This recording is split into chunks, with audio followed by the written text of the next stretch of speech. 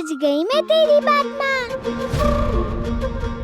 हम ऐसी जगह छुपेंगे जहाँ राक्षस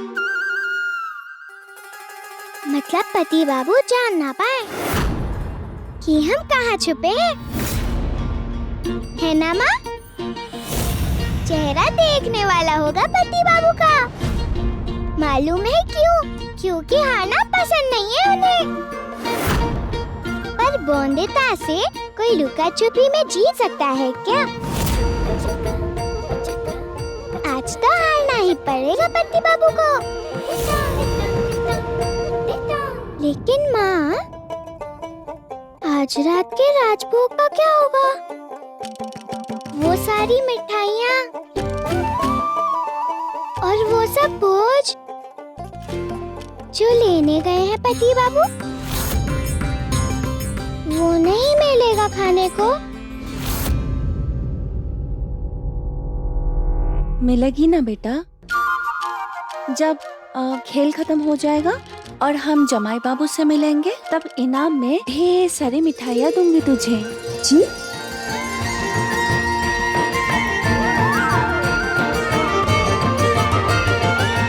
माफ कर देना मेरे बच्चे, मुझे तेरे भोलेपन का फायदा उठाकर तुझे दूर कर रही हूँ तेरे पति बाबू से।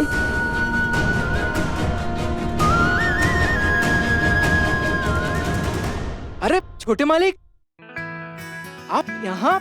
सौरभ, क्या बात है, बाजार में कोई दिखाई नहीं दे रहा। हाँ, आज त्योहार है ना, तो सब लोग घर चले गए त्योहार मनाने। अनिरुद्ध बाबू, इतनी सारी मिठाइयाँ, जहाँ तक मुझे पता है आपको तो बाहर का खाना बिल्कुल पसंद नहीं है।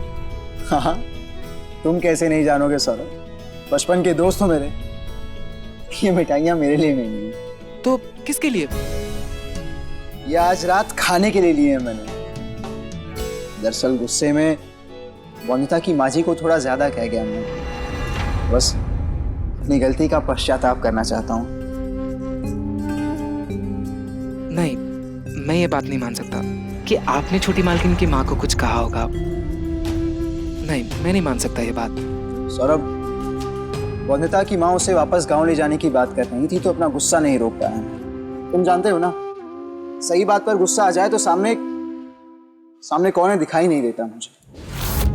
इसके अलावा भी घर पर कुछ गलत बातें हो रही हैं, पर तुम ही बताओ सौरभ, मैंने वनिता की जिम्मेदारी ली है तो क्या बीच में ऐसे ही छोड़ सकता हूँ क्या मैं?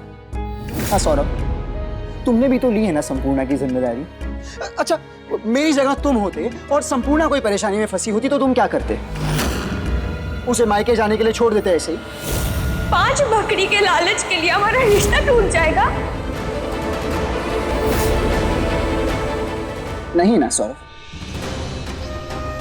मुझे पता है तुम संपूर्णा की शक्ति बनकर खड़े रहते हैं उसके साथ।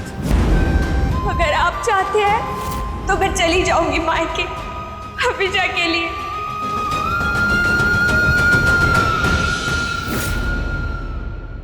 कोशिश तो सब करते हैं कि अपनों के साथ खड़े रहे, होता तो वही है ना जो घर के बड़े तय करते हैं। अब आप ही देखिए, छोटी मालकिन और माँ जी गांव जा ही रहे ना। बिल्कुल नहीं, कोई नहीं जा रहा हवेली से, मैंने सभी को मना कर दिया है। बल्कि इसीलिए आज रात हम सब एक साथ खाना खाने वाले हैं। मिठाइयाँ उसी के लिए तो लिया हूँ। पर संपूर्णा के बाबा ने तो कहा था कि छोटी मालकिन और माँ जी आधे घंटे में गांव के लिए निकलने वाले हैं। वंदिता को अपने साथ गाँव वापस लेकर जाना होगा मुझे। मुझे आपसे चाहिए तोहफे में मेरी माँ के साथ अपने गांव जाने दे।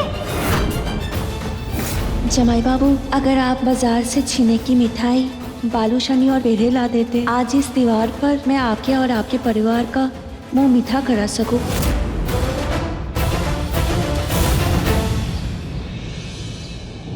हम जा रहे हैं जमींदार बाबू। जमाई बाबू कभी भी लौट सकते हैं बाजार से। बेहतर होगा उससे पहले हम लोग यहाँ से चले जाएं। हाँ, जाओ जाओ। सुनो, कोशिश करना बहू की समस्या जल्द से जल्द ठीक हो जाए, ताकि हम हमारी बहू को वापस उसके ससुराल बुला सकें। और कोशिश करना कि उसे थोड़ा बहुत घर का काम और थोड़ा कैसे बात करते हैं, थोड़े संस्कार, मतलब उसके भले के लिए ही होगा ना ये सब। अच्छा तुम बुला लो वंदिता को, हमने तुम्हारे जाने का सब इंतजाम करवा दिया।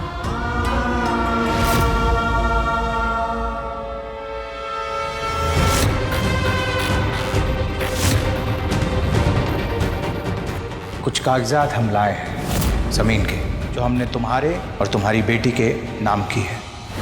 माफ करना समधी जी, पर अपनी बेटी की शादी बचाने की कीमत नहीं ले सकती मैं आपसे। मुझे विश्वास है आप वचन निभाएंगे अपना, और वंदिता के ठीक होते ही फिर से उसे इस हवेली के बहू होने का मान सम्मान देंगे। वंदिता,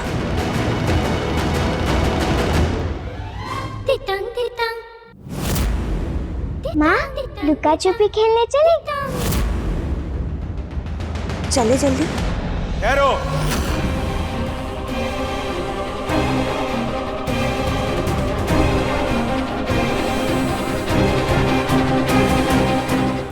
खेल शुरू होने से पहले खत्म ही हो गया माँ। काका ससुर जी जान गए हैं कि हम कहाँ जा रहे हैं छुपने। अब वो बता नहीं देंगे पति बाबू को। काका ससुर जी, पता चल गया ना आपको? मैं और माँ बिरिस्ता बाबू के साथ लुका छुपी खेल रहे हैं, पर आप उन्हें बताना नहीं कि हम कहाँ छुपे हैं। बेटे की जगह एक बार बहू का साथ नहीं दे सकते? बहू, चलो बैठो यहाँ, हमें तुम्हारी आरती करनी है। आरती क्यों?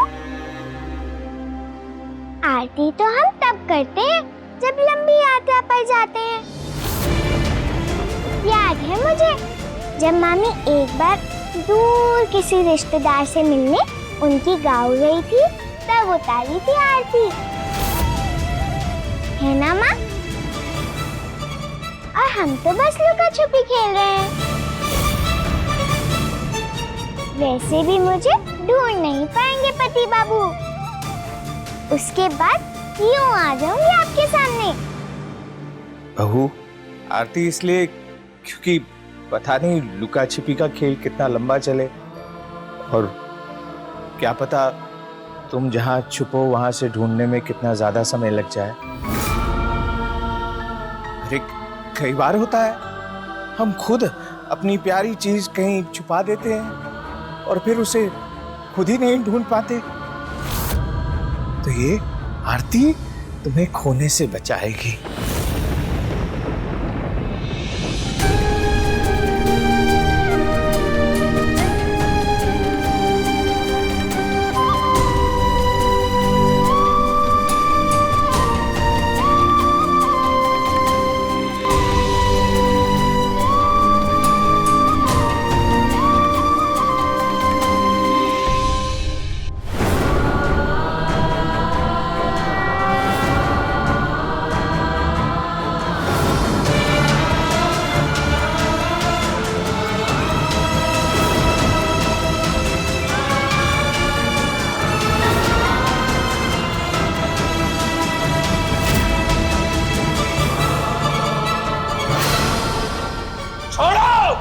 अपने अपवित्र हाथों से हमें छूने का तो साहस कैसे किया तुमने? आपका हाथ ना पकड़ती तो गिर जाते आप पानी में, चोट लग जाती आपको।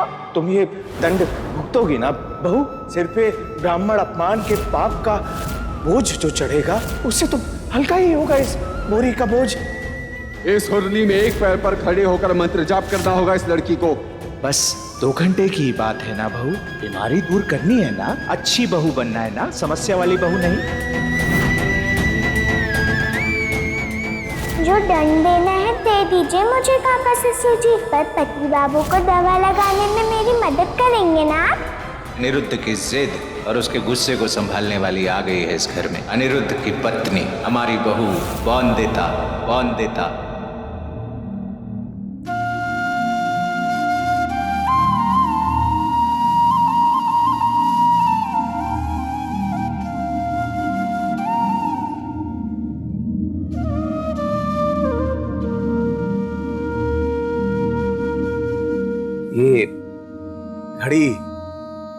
अनिरुद्ध ने दी थी ना?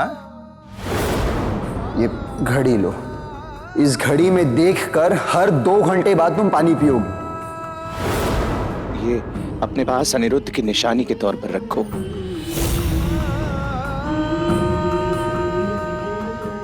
निशानी क्यों? डरिए मत काका ससुर जी, इतनी दूर नहीं छुपूंगी कि घर का रास्ता भूल जाऊं। अब बच्ची थोड़ी ना हूँ, बहू हूँ इस हवेली की।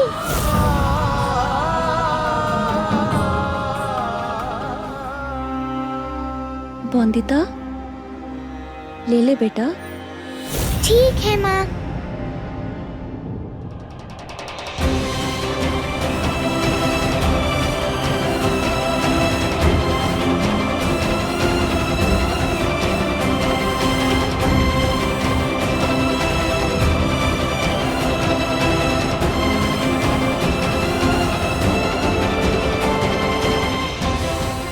चले।